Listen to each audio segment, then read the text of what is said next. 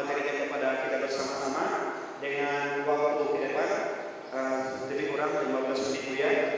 Kemudian kami sampaikan dapat adalah masalah.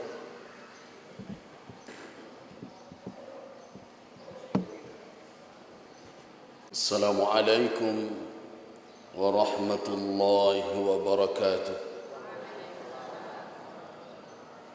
Alhamdulillahilladzi hadana lil Islam wa faddalana bihi ala jami'il anam. Ashhadu an la ilaha illallah rabbud dayyan wa ashhadu anna Muhammadan عبده ورسوله وخاتم أنبيائه ورسله وهو خير الختام. اللهم صل وسلم على عبدك ورسولك وحبيبك محمد وعلى آله وأصحابه أتم الصلاة والسلام. أما بعد.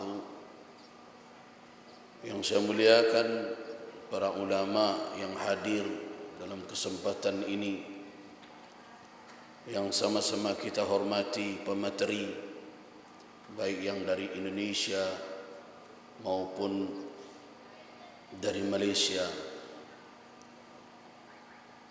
Saya awali pengantar ringkas 15 menit ini dengan membacakan firman Allah Subhanahu wa taala dalam surah Yasin ayat yang ke-12.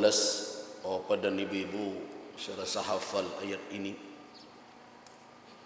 Inna nahnu nuhyil mauta wa naktubu ma qaddamu wa atharahum wa kulla syai'in ahsaynahu fi imamin mubin.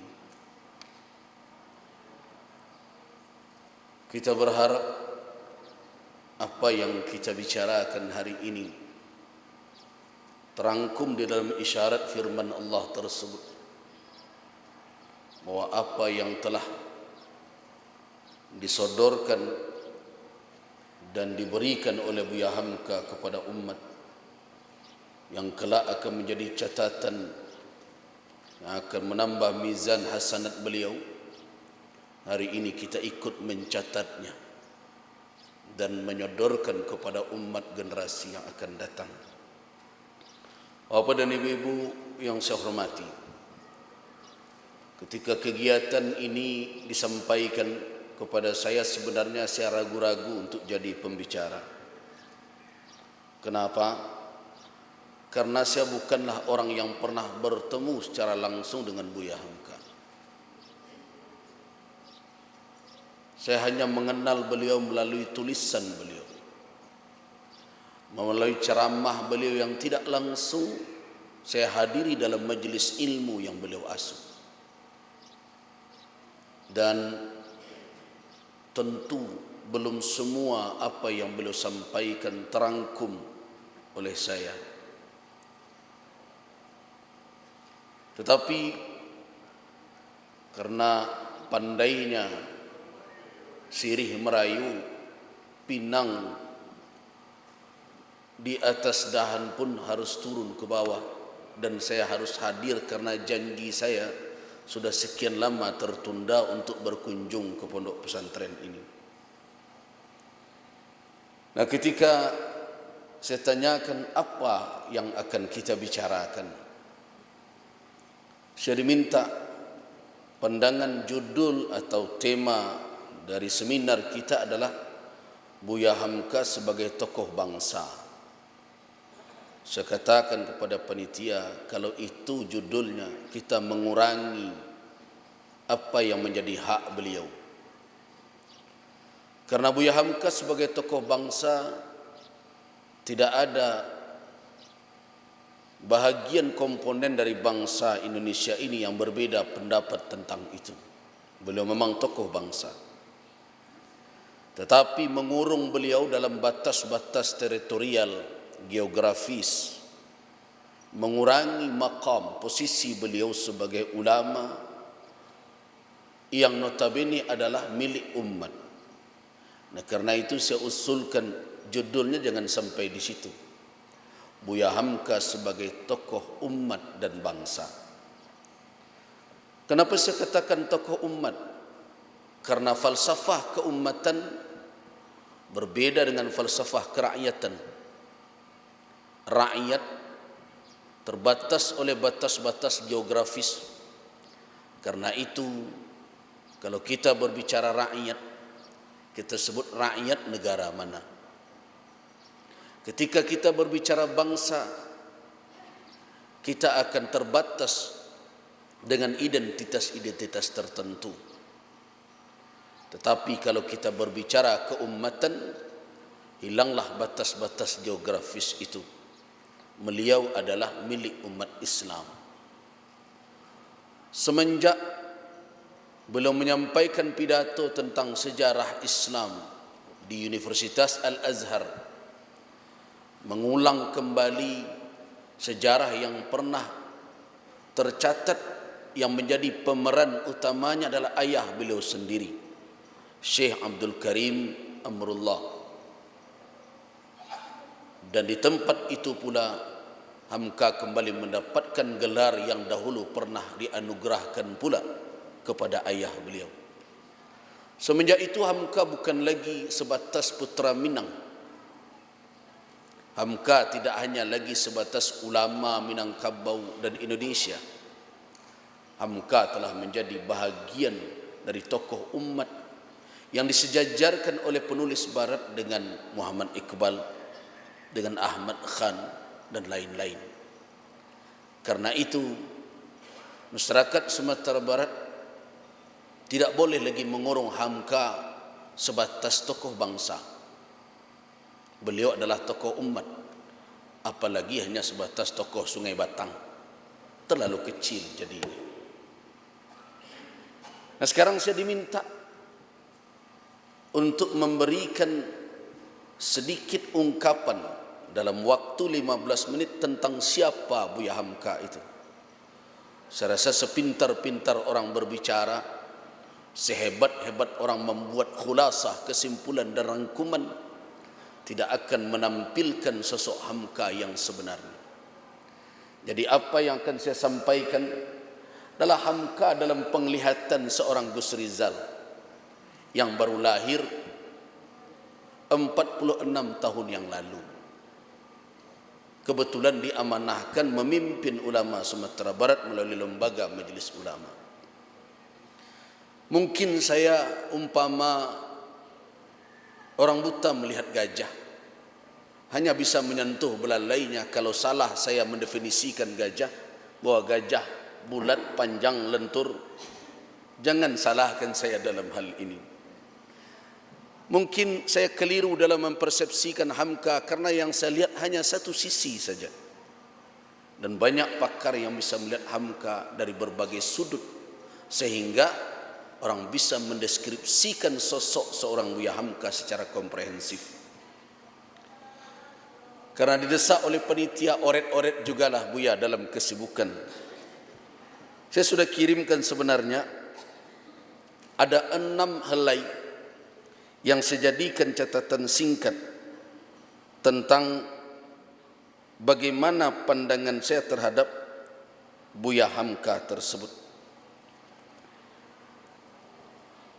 Buya Hamka dalam catatan saya ketika melihat karya-karya yang beliau tulis, walaupun mungkin belum 100% saya terbaca oleh saya, tapi setidaknya 80% dari buku Buya Hamka alhamdulillah sudah saya baca, mungkin berulang kali.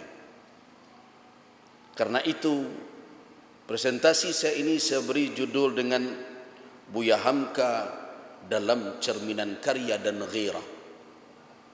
Karena saya tidak bisa melihat beliau langsung, saya hanya bisa melihat pantulan gambaran beliau. Cermin, ibarat saya melihat cermin.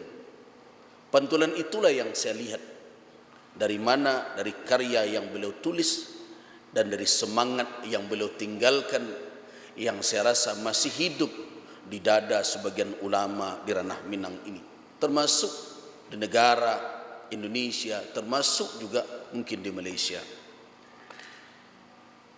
Hamka, setelah saya baca biografi beliau, baik yang beliau tulis sendiri, sejarah hidup beliau yang terdapat di dalam buku Kenang-kenangan Hidup, terdapat di dalam buku Ayahku. Di situ juga membicarakan tentang ayah beliau. Dan terakhir saya juga membaca karangan putra beliau, Ayah, yang sekarang sedang banyak diminati oleh orang-orang yang ingin tahu tentang Buya Hamka, karena di situ ditulis oleh Irfan Hamka dan lain-lain. Saya melihat Buya Hamka adalah buah dari kesalehan akar, ibarat pohon kayu, akarnya saleh. Kita lihat bagaimana beliau bangga membicarakan Tuanku Pariaman, Tuanku Nantuo Koto Tuo. Bagaimana beliau menarasikan tentang Tuanku Kisai, yaitu Syekh Amrullah, kakek beliau.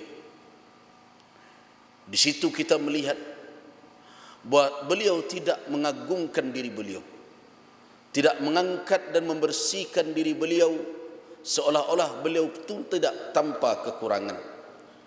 Tapi saya menangkap seperti Nabi SAW berkata, "Wulidtu min nikah, ma wulidtu min sifah." Saya terlahir dari pernikahan, bukan terlahir dari perzinaan. Hamka berakar dari keulamaan, dan akar saleh itulah yang menguatkan batang yang tumbuh di atasnya. Di Hamka mempunyai latar belakang yang begitu kokoh dari sisi keulamaan. Bukan hanya keulamaan dalam makna merangkum ilmu keislaman, tapi keulamaan yang hakiki, yang terbukti dari pengamalan ilmu itu dan keteguhan memegang prinsip. Bagaimana seorang kakek beliau mempertahankan benteng Andaleh sebelum benteng itu runtuh, sepertinya bonjol aman-aman saja ketika perang Padri. Kenapa bonjol bisa jatuh? Karena jatuhnya Matur dan Andalas, sehingga Belanda masuk ke Pelembayan dan Bukit Tajadi menjadi titik serangan Padri. Menyerahnya Tuanku Pariaman, tertawannya beliau, mengakibatkan terbukanya jalan untuk meruntuhkan perjuangan Tuanku Imam di Pasaman. Beliau bangga menceritakan itu.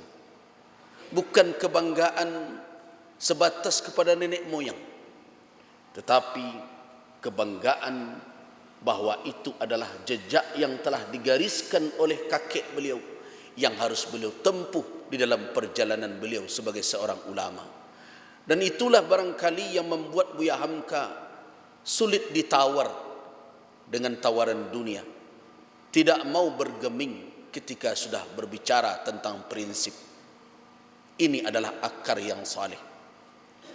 Kemudian buah dari kesalehan akar, kekokohan batang menahan terpahan badai kehidupan. Hamka mengalami dinamika kehidupan. Kita lihat kekecewaan beliau yang beliau tuangkan dalam buku Ayahku tentang perceraian orang tua beliau. Kadang kalau kita membaca, beliau sepertinya melampiaskan kekecewaan itu dengan berbagai macam cara yang beliau lakukan. Nah, tetapi ternyata tempaan kehidupan itu tidak membuat Hamka menjadi patah. Beliau berlanglang buana dari satu gaya kehidupan ke gaya kehidupan lainnya, tapi tetap berlabuh kembali dalam garis akar yang telah memberikan tadi awal kehidupan kepada beliau. Kemudian setelah fase itu, kita melihat Hamka dengan kelenturan ranting yang berisi getah keilmuan, ibarat pohon yang diranting itu nanti muncul buah yang ranum. Hamka lentur dalam bersikap. Kenapa? Karena pengalaman beliau melihat dengan mata kepala sendiri bagaimana perdebatan tokoh tua dan tokoh muda bagaimana ayah beliau harus berhadapan dengan berbagai pandangan-pandangan yang berselisih faham, termasuk terkait dengan adat Minangkabau. Bahkan bagi orang Sungai Batang sendiri mungkin segar perdebatan beliau dengan tokoh nenek mamak di negeri ini dahulunya. Tapi Hamka menemukan titik-titik lain, bagaimana beliau menjabarkan tentang Tuanku Jawa, tentang Inyek Jawa, begitu juga tentang Inyek Parabek, yang menjadi perantara antara dua tokoh tersebut. Ada dua tokoh ulama yang menjadi jembatan antara kaum tua dengan kaum muda, yang disegani oleh kedua belah pihak. Hamka mencatat dengan rapi peran dua tokoh itu, yang beliau katakan juga adalah guru beliau, yaitu Inyek Jawa dan Inyek Parabek. Setelah itu kita lihat Hamka tampil sebagai tokoh muda, tetapi memiliki style yang sedikit berbeda dengan ayah beliau. Berbagai macam perdebatan mulai meredam, dan Hamka menjadi tokoh yang disegani oleh kedua faham tersebut. Itulah Hamka dalam catatan Gus Rizal, bukan menurut Hamka yang sebenarnya, karena yang sebenarnya beliaulah yang tahu. Slide yang kedua, Hamka berlayar di Selakarang, terhantar ke Pulau Harapan. Kenapa saya katakan demikian? Hamka hampir terseret dalam dua kutub yang saling tarik menarik. Satu adalah binaan keulamaan dari ayah beliau dan murid-murid ayah beliau yang mengelilingi beliau. Kita mungkin mencatat bagaimana akhirnya beliau senang membaca perpustakaan yang ada di Padang Panjang, pengaruh Engku Zainuddin Labai, termasuk juga kerasnya didikan ayah beliau, sehingga ketika beliau hendak pergi ke Jawa meminta izin, untuk apa engkau ke sana?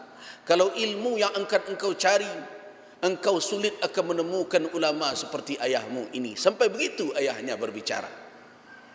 Dari satu sisi binaan ini berpengaruh, tapi ingat ketika beliau dalam keadaan muda, bagaimana tantangan zaman dan kondisi rumah tangga orang tua yang ada di hadapan mata beliau, ada daya tarik lain, kutub lain yang mencoba menarik beliau, yaitu kutub keparewaan. Kalau orang sekarang mengatakan kepremanan. Hamka mencoba berlayar di antara itu. Terkadang beliau seperti ingin meninjau suasana yang satu, tetapi ujungnya beliau tetap berlabuh di tujuan awal, Pulau Harapan. Kenapa? Karena kuatnya pengaruh tokoh yang ada di sekitar beliau yang memberikan arahan yang tepat, sehingga Hamka tetap adalah seorang buya. Kemudian yang ketiga, Hamka di dalam marhalah kehidupan beliau berada di dalam buayan masa muda, namun tak memicingkan mata di dalam beriktibar. Bisa jadi Hamka kecewa dengan berbagai yang pernah dilalui dalam kehidupan. Tapi yang menarik dari seorang Hamka, beliau tidak pernah memejamkan mata melihat apa yang beliau alami, dan tidak berhenti sebatas pada peristiwa, tetapi beliau rekam dengan baik. Beliau ambil iktibar dari setiap peristiwa itu. Sehingga jangan heran seorang Hamka, karena didorong mungkin karena nilai kesusastraan yang begitu mendalam pada diri beliau, beliau bisa menjelaskan secara detil peristiwa demi peristiwa seolah-olah terjadi di hadapan kita yang membaca. Lihat bagaimana sulitnya beliau berhaji sehingga harus menjadi pegawai percetakan, kemudian mencuri-curi waktu untuk membaca kitab. Semua itu menggambarkan apapun tantangan kehidupan, Hamka memiliki rekaman yang kokoh, yang utuh terhadap setiap peristiwa kehidupannya, dan dia bisa mengambil kesimpulan untuk menjadi pelajaran nanti ketika dia terjun ke tengah umat. Inilah yang banyak tidak kita miliki hari ini. Kita hidup mengalir, untung kalau mengalir ke air yang jernih, tapi ada pula yang mengalir kecomberan sehingga bergelimang dengan kotoran. Kita tidak bisa mengambil pelajaran dari perjalanan hidup kita sendiri, apalagi perjalanan hidup orang-orang lain. Itulah Hamka.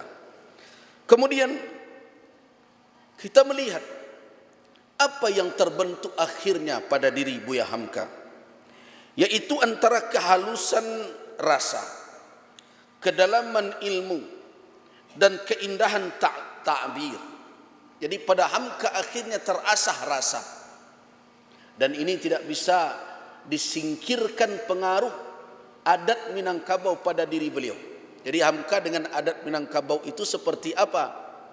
Seperti sayang, benci tapi rindu. Satu saat beliau kritisi, tapi dalam setiap catatan dan tulisan beliau, petuahnya, pepatahnya tidak pernah hilang. Menjadi apa? Menjadi panduan, bukan hanya sebagai bunga di dalam mengarang. Hamka mengkritisi berbagai perilaku yang terjadi pada pemangku adat. Tapi di sisi lain, beliau memberikan seperti bujukan kepada orang, rayuan kepada orang agar mendalami adat Minangkabau tersebut. Jadi dua sisi yang menarik. Kenapa itu ada pada diri Hamka? Karena Hamka terasah kehalusan perasaan beliau dengan adat itu. Perjalanan hidup beliau itu telah memberikan suatu rasa yang halus, dan kemudian juga kedalaman ilmu, dan ditambah keindahan ta'bir. Apa yang terjadi sehingga setiap ungkapan beliau dan setiap buku yang beliau tulis seperti air penyejuk bagi diri orang. Tetapi yang menarik dari Hamka ketika menyodorkan perkara rumit sekalipun di dalam tulisan beliau, yaitu seperti daerah itu tidak berlarangan. Berbeda dengan buku-buku akademik hari ini yang hanya bisa dibaca oleh orang strata-strata tertentu. Bahkan saya bertahun-tahun jadi dosen, sering mendengar dosen menegur mahasiswa ketika harus berpuisi sedikit menulis disertasi. Mereka katakan ini bukan bahasa ilmiah.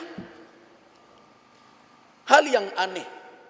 Saya tidak tahu di Malaysia, kita akan dapat informasi nanti.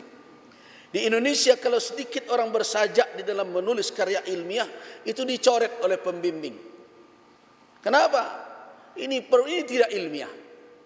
Nah, tapi ketika kita membaca buku Buya Hamka, seperti bisa ditelan ibarat makanan. Dia cocok untuk orang umur yang tidak bergigi lagi. Dia cocok untuk orang yang bisa masih memakan daging. Dan dia cocok juga untuk orang yang masih makan bubur. Begitulah kira-kira ungkapannya. Kenapa? Karena bahasa yang sederhana dan diisi dengan kehalusan rasa yang terungkap dalam keindahan ta'bir itu mengantarkan apa yang disodorkan oleh Buya Hamka itu, satu, tidak membosankan, kedua, mudah difahami, yang ketiga, masuk ke dalam hati dan mudah untuk diingat, dan juga membekas di dalam jiwa orang yang membacanya. Itu yang saya baca, saya tangkap dari tulisan-tulisan Buya Hamka. Kemudian tinggal satu lagi, ghirah. Hari ini orang banyak menuliskan kata-kata Buya Hamka. Kalau kamu diam ketika agamamu dihina, maka gantilah pakaianmu dengan kain kafan dan berbagai macam. Kata-kata itu kadang diucapkan orang dengan emosional. Saya melihat Hamka tidak demikian. Ghirah Buya Hamka itu tumbuh dari kedalaman dan kejernihan pemahaman tentang perjalanan masa lalu suatu umat dan kaum. Jadi ghirah itu bukan ghirah emosional, tapi ghirah yang lahir dari ilmu, dari faham tentang apa yang telah terjadi selama ini. Kemudian berpadu dengan rasa hiba terhadap nasib kaum dan umat di masa yang akan datang. Jadi ketika Hamka punya ghirah untuk menegakkan Islam secara utuh di ranah Minang, bukan karena emosi melihat perlakuan orang-orang adat, bukan karena marah, tetapi karena apa? Karena beliau faham apa yang telah terjadi. Di sini ilmu sejarah, betul-betul sebati dengan diri beliau. Kemudian komentar atau sikap yang beliau ambil yang terkesan terkadang tidak bisa ditawar, itu didorong oleh rasa hibah terhadap nasib yang beliau perkirakan kalau umat bertahan dalam kondisi seperti itu. Jadi bukan emosional buta, bukan emosi yang lahir karena ketersinggungan semata, tetapi adalah suatu ghirah yang lahir dari ilmu, dari pemahaman perjalanan kehidupan dan nasib yang akan terjadi bila umat tidak bergeser dari apa yang mereka pegangi hari ini. Nah, terakhir tentu ada harapan. Harapan yang pertama adalah kepada generasi yang hadir hari ini. Hamka mewariskan nama besar, tetapi nama besar Hamka tidak akan menyelamatkan ranah Minang, tidak akan menyelamatkan umat ini. Nama besar Hamka akan tertulis di berbagai dinding, di dinding pondok pesantren, akan tertulis di mana-mana, di museum, tetapi itu tidak akan menyelamatkan apa-apa. Kita hanya akan hidup dengan kebanggaan, hadza abi, inilah ayah saya. Hari ini umat butuh untuk memahami prinsip-prinsip dasar perjuangan Buya Hamka, dan umat membutuhkan aplikasi di dalam kehidupan. Buya Hamka hadir di zamannya dengan berbagai tantangannya. Buya Hamka tidak hadir di zaman hari ini. Karena itu umat harus cerdas menangkap pesan-pesan itu dan menyelaraskan dengan tantangan yang ada di zaman sekarang. Saya pernah memprotes orang yang tiap sebentar mengatakan ulama kini tidak lagi seperti ulama dahulu, tidak seperti Hamka. Saya adalah termasuk pengagum Buya Hamka, tapi sayalah yang mengingatkan orang itu, jangan diulang lagi kata-kata itu. Setelah saya berkata demikian, banyak yang datang, kok Buya berang ketika Buya Hamka disebut. Bukan saya marah, tapi saya tahu kemana arah perkataan itu. Kalau setiap kita berhadapan dengan ulama hari ini tidak sehebat Buya Hamka, apa yang kita maksud? Apakah kita akan merendahkan ulama hari ini? Ulama hari ini lahir di zamannya. Makanya saya katakan, seandainya Buya Hamka lahir di zaman sekarang, entah mana yang lebih pusing Buya Hamka dari kita hari ini. Kenapa? Karena Buya Hamka hidup di tengah umat yang begitu memiliki rasa ihtiram kepada ulama. Buya Hamka hidup di zaman umat masih mendengarkan pituah ulama. Hari ini kita hidup tidak lagi dengan umat yang demikian. Saya ingat kisah Ali bin Abi Thalib ketika ditanya oleh seseorang, "Ya Ali, ma balu fi asrika?" Apa gelangan di zaman engkau ini terjadi peperangan, kekacauan, keributan? Kunna, bukankah kita dahulu, katanya di zaman Abu Bakar, di zaman Umar tidak pernah terjadi seperti engkau ini? Apa kata Ali? Tentulah iya. Laqad arafna Abu Bakar wa Umar. Kita telah tahu siapa Abu Bakar dan Umar. Tapi engkau harus ingat, pada waktu itu siapa yang menjadi rakyatnya? Umar dan Abu Bakar pemimpin yang hebat, tapi rakyatnya ketika itu adalah saya dan orang-orang seperti saya. Tapi ketika saya diberikan amanah memimpin umat, saya memimpin umat, rakyatnya adalah tuan dan orang-orang seperti tuan. Jadi persoalan bukan hanya terbatas kepada keulamaan. Karena itu saya sering katakan, kalau Hamka hadir di zaman sekarang, entah mana yang lebih pusing Hamka dari ketua-ketua MUI hari ini. Kenapa? Karena tantangannya sudah berbeda, keadaannya sudah berlain. Nah, karena itu Hamka besar di zamannya. Hamka akan tetap besar dengan karyanya, tetapi kebesaran Hamka tidak akan menyelamatkan kita apa-apa kalau kita tidak mengambil pelajaran dari warisan yang beliau tinggalkan.